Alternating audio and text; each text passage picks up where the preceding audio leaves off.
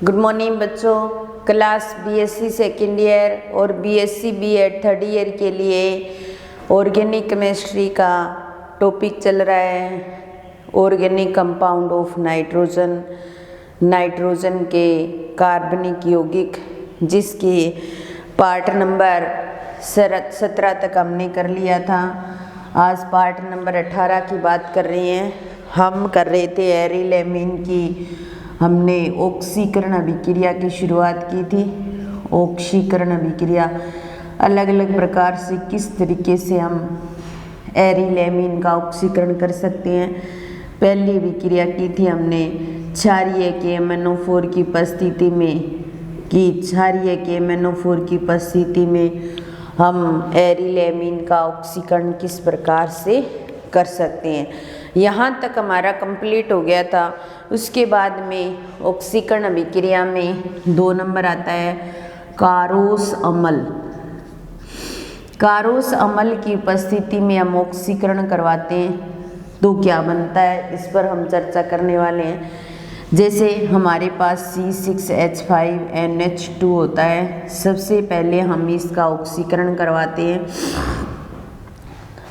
तो ऑक्सीकरण करवाने से C6H5NH और एक O इसके बीच में आ जाता है, तो ये बन जाता है phenyl hydroxyl amine. Phenyl hydroxyl amine ये यहाँ पर हमारे पास क्या था, एनिलीन था, और एनिलीन से ऑक्सीकृत करा करके हमने क्या कर लिया, फेनिल हाइड्रोक्सिल एमीन प्राप्त कर लिया। फिर हम इसका आगे ऑक्सीकरण करवाते हैं तो C6H5 N double bond O ये बच जाता है और यहाँ से H2O बाहर निकल जाता है और इसको बोला जाता है नाइट्रोसोबेंजीन। क्या बोला जाता है, नाइट्रोसोबेंजीन। फिर नाइट्रोसोबेंजीन को फिर ऑक्सीकृत करवाते हैं आगे और C6H5NO2 में चेंज हो जाता है, जिसको बोला जाता है नाइट्रोबेंजीन, जिसको बोला जाता है नाइट्रोबेंजीन। तो इस प्रकार हम एनिलीन से फेनिल हाइड्रोक्सिल एमीन और फिर नाइट्रोसोबेंजीन और नाइट्रोबेंजीन प्राप्त कर सकते हैं। कारोस अम्ल की उपस्थिति में जब ऑक्सीकृत करवाते हैं तो इस तरीके के प्रोडक्ट हमें प्राप्त होते हैं। उसी प्रकार जिस प्रकार हमने KMnO4 की उपस्थिति में ऑक्सीकरण करवाया था, तब हमने 1 डिग्री 2 डिग्री 3 डिग्री एल्किल वाले एमीन लिए थे और उनको ऑक्सीकृत करवाया था, तो अलग अलग तरीके के प्रोडक्ट हमें प्राप्त हुए थे। उसी प्रकार कारोस अम्ल से भी हमें अलग अलग तरीके के प्रोडक्ट प्राप्त हो सकते हैं। जैसे हमारे पास RCH2 और NH2O ये हमारे पास, और इसको हम ऑक्सीकृत करवाएंगे तो ऑक्सीकृत करवाते हैं तो यहाँ पर देखिए RCHNONHOH ये क्या होता है, हाइड्रोक्सिल एमीन होता है। तो यहाँ पर अगर प्राइमरी टाइप के एल्किल वाला एमीन लेंगे तो हमें हाइड्रोक्सिल एमीन प्राप्त होता है, ठीक है। इसी प्रकार अगर सेकेंडरी एल्किल ग्रुप वाला एमीन ले लें तो ये एल्किल कौन सा है, सेकेंडरी टाइप का है। इसको ऑक्सीकृत करवाएं हम तो ऑक्सीकृत करवाने पर क्या होता है कि जो हमारे पास कार्बन के पास H और N के पास H, एक एक H H2O के रूप में बाहर निकल जाते हैं और R यहाँ C बचता है और N के बीच में यहाँ डबल बॉन्ड आ जाता है और OH ऑक्जिम बन जाता है। और कीटोन से ऑक्जिम बनता है तो कीटा ऑक्जिम होता है, तो कीटो ऑक्जिम बन जाएगा, ठीक है। इसी प्रकार अगर टर्सरी एल्किल ग्रुप वाला एमीन ले लेंगे हम, टर्सरी एल्किल ग्रुप वाला एमीन ले लेंगे हम, तो उससे हम जो बनाते हैं वो बनता है नाइट्रोसो कंपाउंड। तो ये क्या बनता है, नाइट्रोसो कंपाउंड बनता है, नाइट्रोसो कंपाउंड बनता है। तो कारोस अम्ल की उपस्थिति में हम रिएक्शन करवाते हैं तो सबसे पहले एनिलीन का ऑक्सीकरण करवाते हैं तो फेनिल हाइड्रोक्सिल एमीन प्राप्त होता है। फिर ऑक्सीकृत करवाते हैं तो नाइट्रोसोबेंजीन प्राप्त होता है। फिर ऑक्सीकृत करवाते हैं तो नाइट्रोबेंजीन प्राप्त होता है। इसी प्रकार 1 डिग्री एल्किल ग्रुप वाला एमीन ले लेंगे तो हमें हाइड्रोक्सिल एमीन प्राप्त होता है। 2 डिग्री एल्किल ग्रुप वाला एमीन लेंगे तो कीटोक्सिन प्राप्त होता है।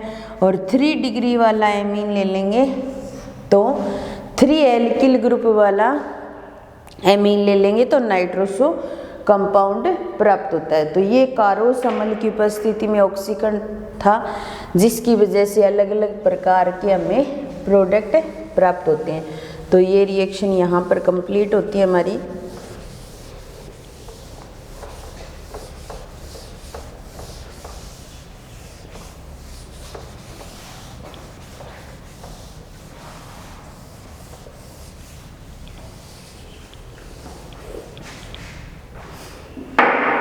उसके बाद में नेक्स्ट आता है क्रोमिक एसिड। क्रोमिक एसिड की उपस्थिति में, क्रोमिक एसिड की उपस्थिति में अगर ऑक्सीकरण करवाते हैं तो हमें अलग अलग प्रकार के प्रोडक्ट प्राप्त होते हैं जिनकी हम चर्चा करने वाले हैं। सबसे पहले ये बेंजीनिंग, और इस बेंजीनिंग के यहाँ NH2 जुड़ा हुआ है और इसको क्या बोलेंगे, एनिलीन बोलेंगे। क्रोमिक एसिड की उपस्थिति में इसको ऑक्सीकृत करवाएंगे, ठीक है। जैसे ही ऑक्सीकृत करवाते हैं NHOH ये प्राप्त हो जाता है फेनिल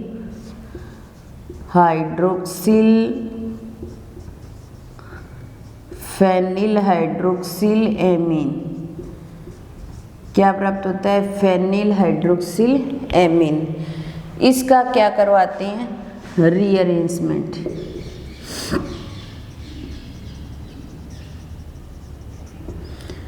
ये OH उधर चला जाएगा, उधर वाला H है वो इधर आ जाएगा, रीअरेंजमेंट कराएंगे तो यहाँ तो OH और यहाँ वाला H इधर चला जाएगा तो NH की जगह NH2 आ जाएगा और क्या बन जाएगा,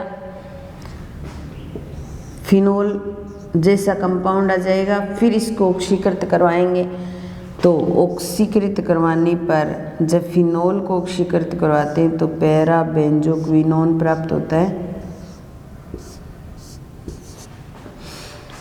तो ये प्राप्त हो जाएगा para benzoquinone, para benzoquinone.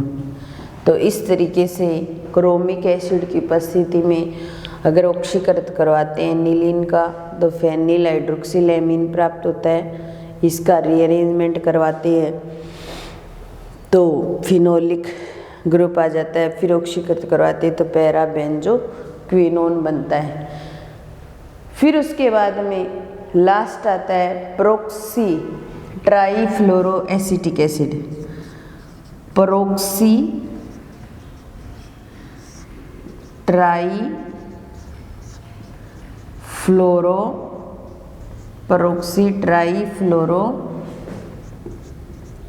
Acetic अम्ल।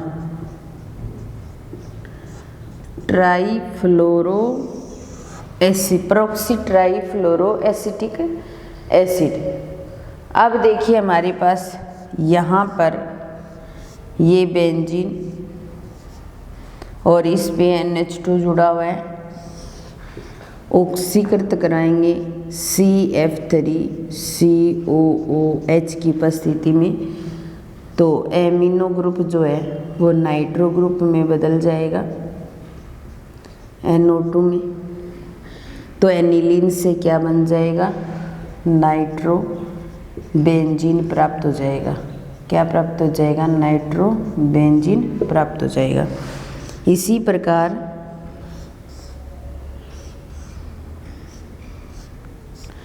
यहाँ पर हमारे पास NH2 और यहाँ NO2 है। इसको ट्राईफ्लोरो एसिटिक एसिड की उपस्थिति में ऑक्सीकृत कराते हैं।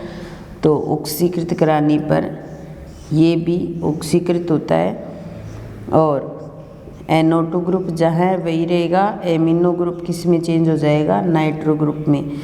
तो ये बन जाएगा पैरा डाई नाइट्रो बेंजीन।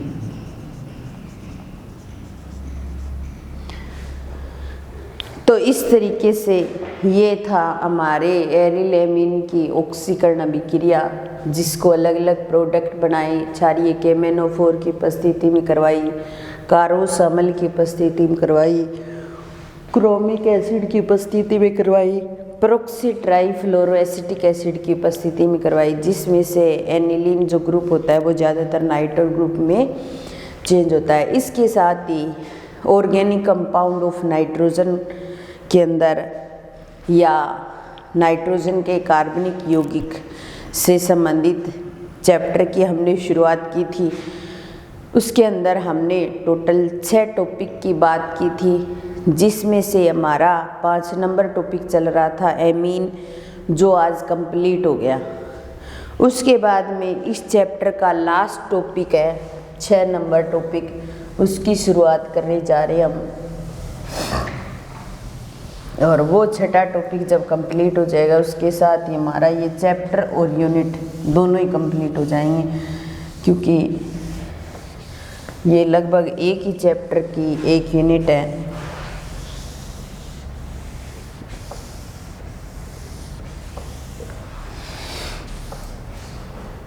तो जो 6 नंबर टॉपिक है उस 6 नंबर टॉपिक का नाम है बेंजीन डाइजोनियम लवण या बेंजीन डाइएजोनियम क्लोराइड।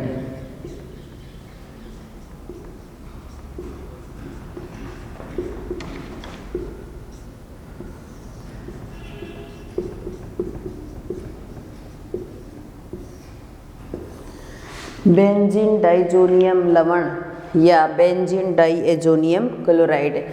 बेंजीनिंग और बेंजीनिंग के ऊपर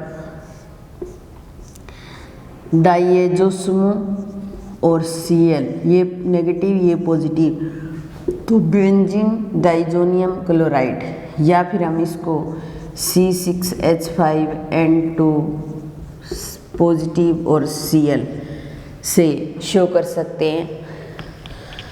इसके बनाने की विधि की बात कर रहे हैं हम, तो बनाने की विधि एक ही प्रकार की विधि है।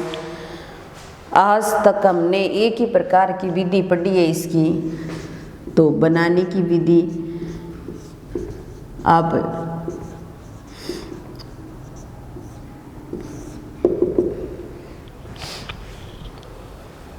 और बनाने की विधि है डाइएजोटीकरण। एक ही विधि डाइएजोटीकरण के द्वारा ही हम बेंजीन डाइजोनियम बना सकते हैं। डाइएजोटीकरण विधि, इस विधि के अंदर अपने क्या करते हैं, बेंजीन लेते हैं और इस बेंजीन के ऊपर NH2 जुड़ा होता है, तो उसको बोला जाता है एनिलीन। और इस एनिलीन की NaNO2 सोडियम नाइट्राइट और HCl की उपस्थिति में डाइएजोटीकरण करवाते हैं।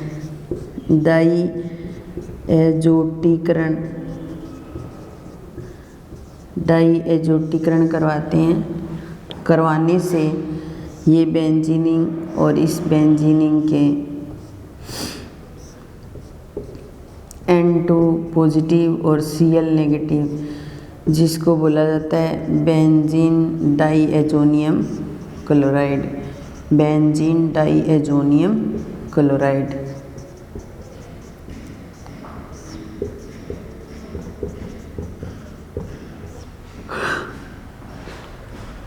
ये थी बेंजीन डाइजोनियम क्लोराइड, जिसको बेंजीन के ऊपर N2 पॉजिटिव Cl नेगेटिव से शो किया जाता है, या C6H5N2 पॉजिटिव Cl नेगेटिव से बनाने की एक ही विधि है। इस विधि का नाम है डाइएजोटीकरण, जिसके अंदर एनिलीन, सोडियम नाइट्राइट और HCl की विक्रिया करवाते हैं, तो उससे हमें बेंजीन डाइएजोनियम क्लोराइड प्राप्त होता है। आप चाहे भी 11th की केमिस्ट्री पढ़ लेना, 12th की, बीएससी की, आपको एक ही मेथड बनाने का मिलेगा बेंजीन डाइएजोनियम क्लोराइड बनाने का, जिसका नाम है डाइएजोटीकरण विधि।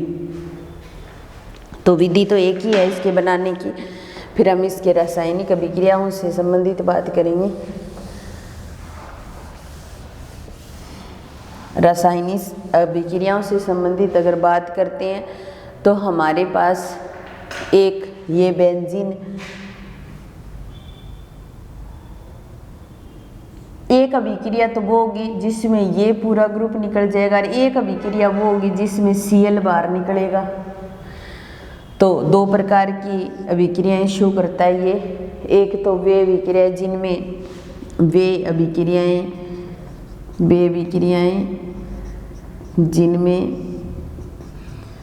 जिनमें N और N के बीच जो बॉन्ड होता है या जो समूह होता है उसको बोला जाता है डाइएजो समूह।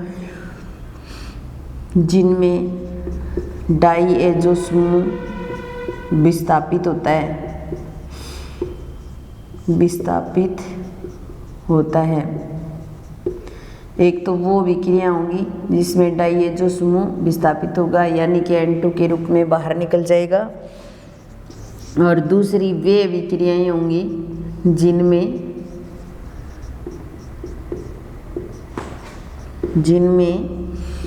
डाइएजो समूह विस्थापित नहीं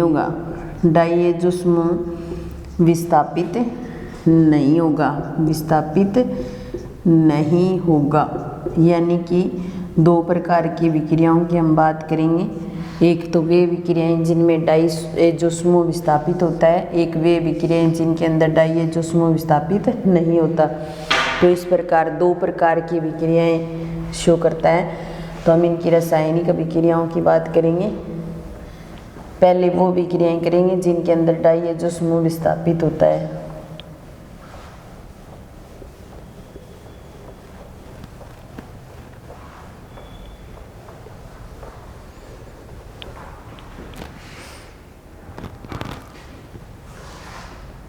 बेंजीन डाइएजोनियम क्लोराइड की रासायनिक अभिक्रियाएं।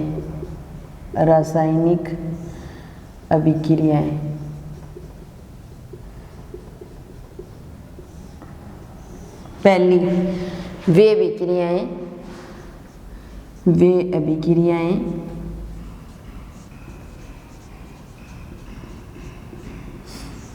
जिनमें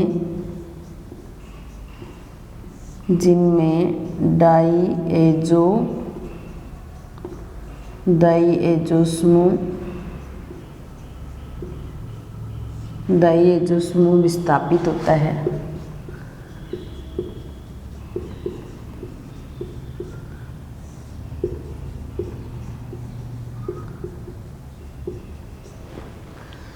वे विक्रियाएं जिनके अंदर डाइएजो समूह विस्थापित होता है। पहली वे विक्रियाएं जिनके अंदर जो अभिक्रियाएं आती हैं वो आती है नाभिक स्नेही प्रतिस्थापन अभिक्रियाएं। नाभिक स्नेही प्रतिस्थापन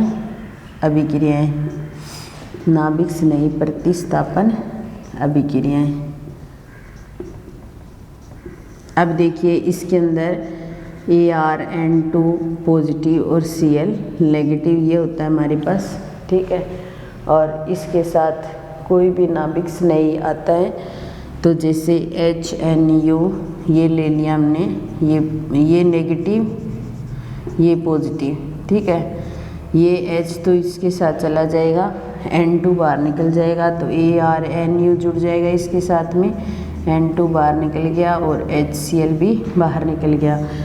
तो इसका मतलब यहाँ पर नाइट्रोजन जो समूह है वो विस्थापित हो गया, N2 समूह क्या हो गया, विस्थापित हो गया। इसलिए नाभिक स्नेही प्रतिस्थापन अभिक्रिया कहा जा सकता है इनको, क्योंकि नाभिक स्नेही के द्वारा प्रतिस्थापन हुआ है। तो पहली वे विक्रियाएं जिनमें डाइएजो समूह विस्थापित होता है तो यहाँ पर N2 के रूप में बाहर निकल जाता है, यानी कि विस्थापित होता है। तो सबसे पहली जो रिएक्शन करेंगे इसके अंदर 1 नंबर वो करेंगे हम फिनोलों का संश्लेषण। फिनोलों का संश्लेषण। तो बेंजीन डाइजोनियम क्लोराइड से हम क्या करेंगे, फिनोल बनाएंगे। तो फिनोलों का संश्लेषण, तो C6H5N2 पॉजिटिव और Cl नेगेटिव, ये क्या है, benzene diazonium chloride, benzene diazonium chloride.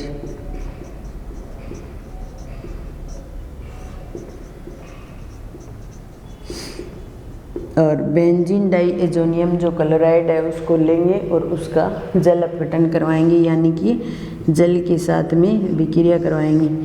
तो N2 तो N2 के रूप में बाहर निकल जाएगी। OH जो है वो नाभिक स्नेही की भांति व्यवहार कर रहा है, वो इसके साथ जुड़ गया और N2 बाहर निकल गई और HCl भी बाहर निकल गया और यहाँ पर हमें क्या प्राप्त हो गया, फिनोल प्राप्त हो गया। तो इस तरीके से हम बेंजीन डाइजोनियम क्लोराइड से फिनोल का निर्माण कर सकते हैं। फिर उसके बाद में आता है बेंजीनों का संश्लेषण। 2 नंबर बेंजीन या फिर अपने एरीन कह सकते हैं, बेंजीन या एरीन का संश्लेषण। तो बेंजीन डाइएजोनियम जो क्लोराइड होता है उससे हम बेंजीन बना सकते हैं। बेंजीन को ही क्या बोला जाता है, एरीन बोला जाता है। तो इसके अंदर क्या करते हैं, अपने बेंजीन डाइजोनियम क्लोराइड लेंगे हम, C6H5N2 पॉजिटिव और Cl नेगेटिव और H3PO2, इसको बोला जाता है हाइपोफास्फोरस अम्ल। क्या बोला जाता है, हाइपोफास्फोरस अम्ल। और साथ में H2O के साथ रिएक्शन करवाएंगे तो हाइपोफास्फोरस अम्ल। तो बेंजीन डाइजोनियम क्लोराइड को हाइपोफास्फोरस अम्ल के साथ अगर रिएक्ट करवाते हैं तो ये किस में कन्वर्ट हो जाता है, C6H6 में, और N2 बाहर निकल जाएगी और एक H और Cl HCl के रूप में बाहर निकल जाएंगे। एक OH बचेगा तो H3PO3 फास्फोरिक एसिड के रूप में बाहर निकल जाएगा, H3PO3 के रूप में बाहर निकल जाएगा।